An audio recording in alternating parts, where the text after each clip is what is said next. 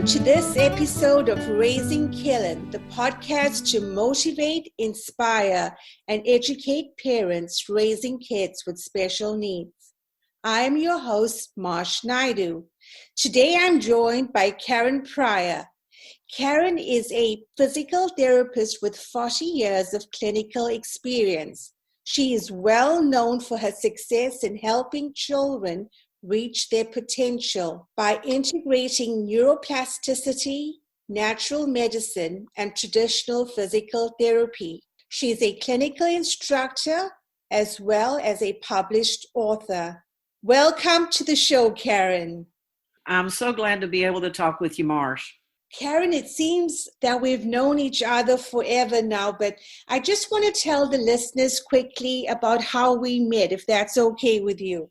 That's good. I met Karen when Kellen was about 5, so that's about 3 years back. At this point, I felt really stuck, and Karen was actually one of the first physical therapists that brought the importance of vision to my attention, and that is one of the topics that we will be talking about later as the podcast moves along. Karen, what got you motivated to become a pediatric therapist?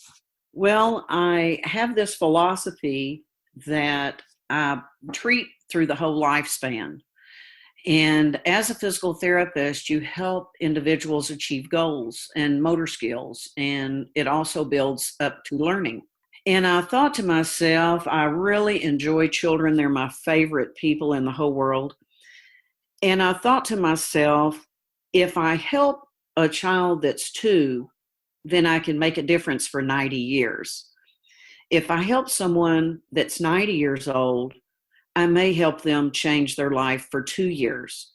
So I wanted to make the largest impact. Also, in addition to that, the brain is so pliable when the child is very young, from birth up to 7 to 9 years old, that huge changes can take place. And so I was excited to develop those programs in neuroplasticity.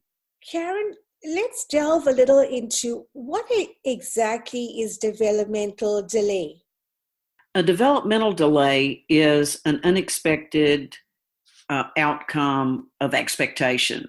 The CDC has guidelines for when children should be able to roll over, come to sitting, pull to stand, walk, etc.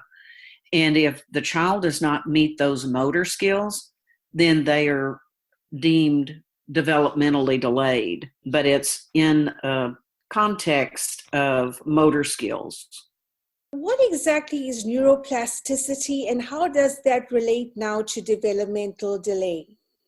Neuroplasticity is the ability of the brain and the nervous system that affects the body to change connections.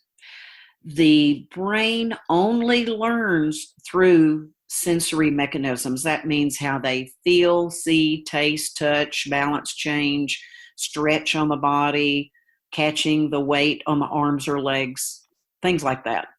When we go into the neuroplasticity avenue, we want to consider what we're doing, delivering different types of sensation to the child.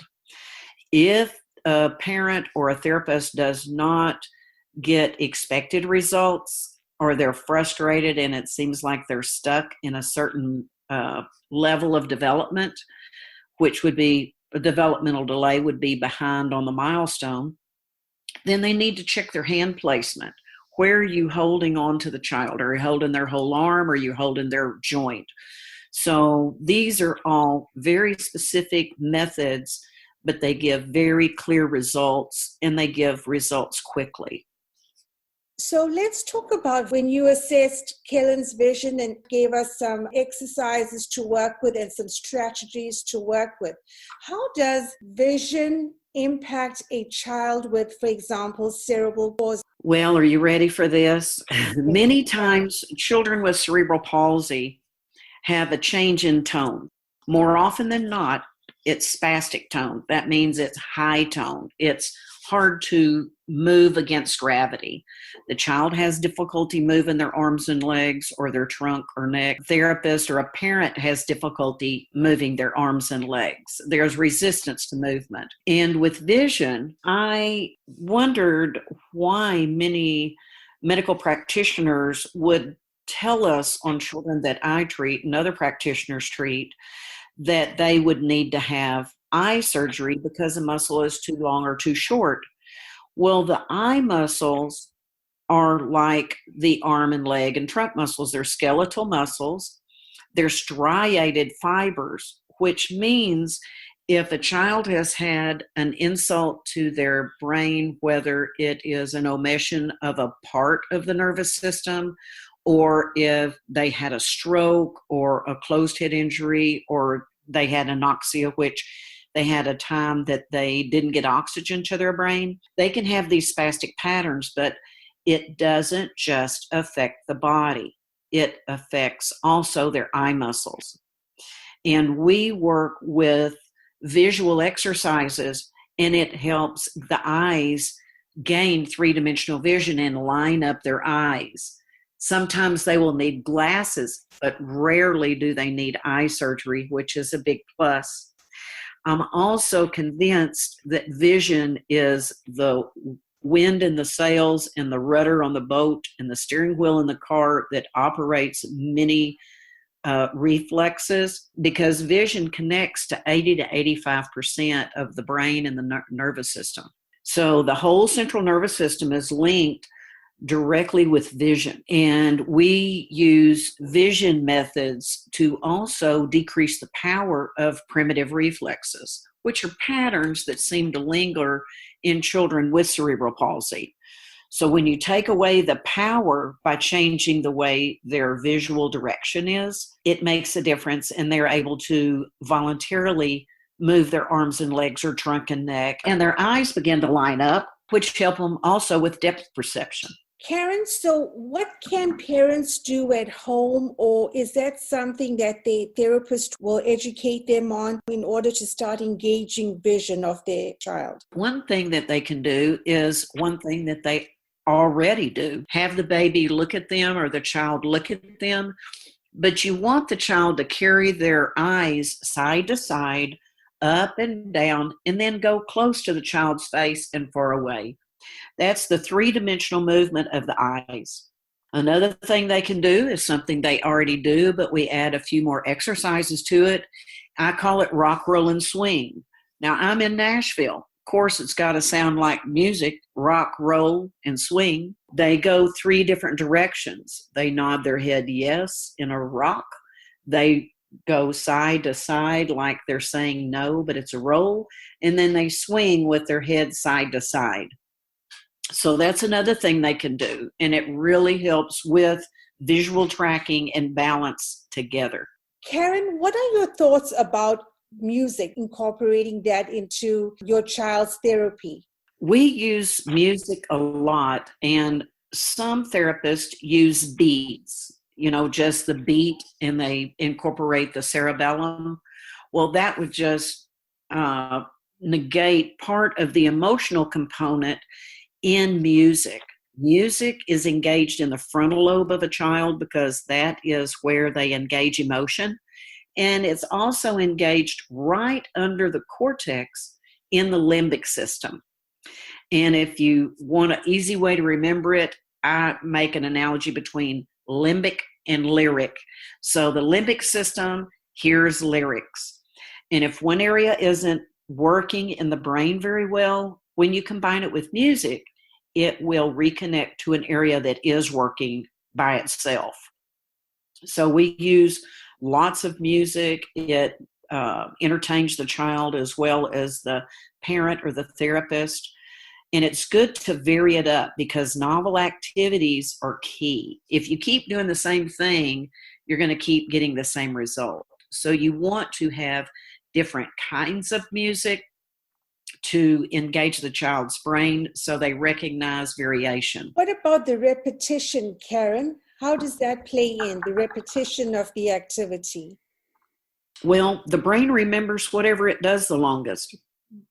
If you think about, if you learned to play piano when you were a child, you practiced every day. Or if you tried to play tennis or any activity, I call it floating down in the central nervous system.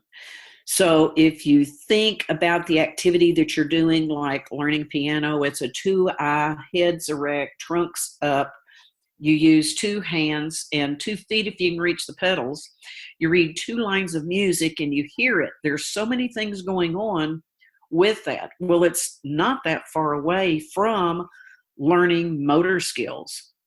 So a child sitting upright playing with a toy, they're playing with 2 hands, they're looking at it with their eyes, and they're balancing with their vestibular system. That all is incorporated with motor skills.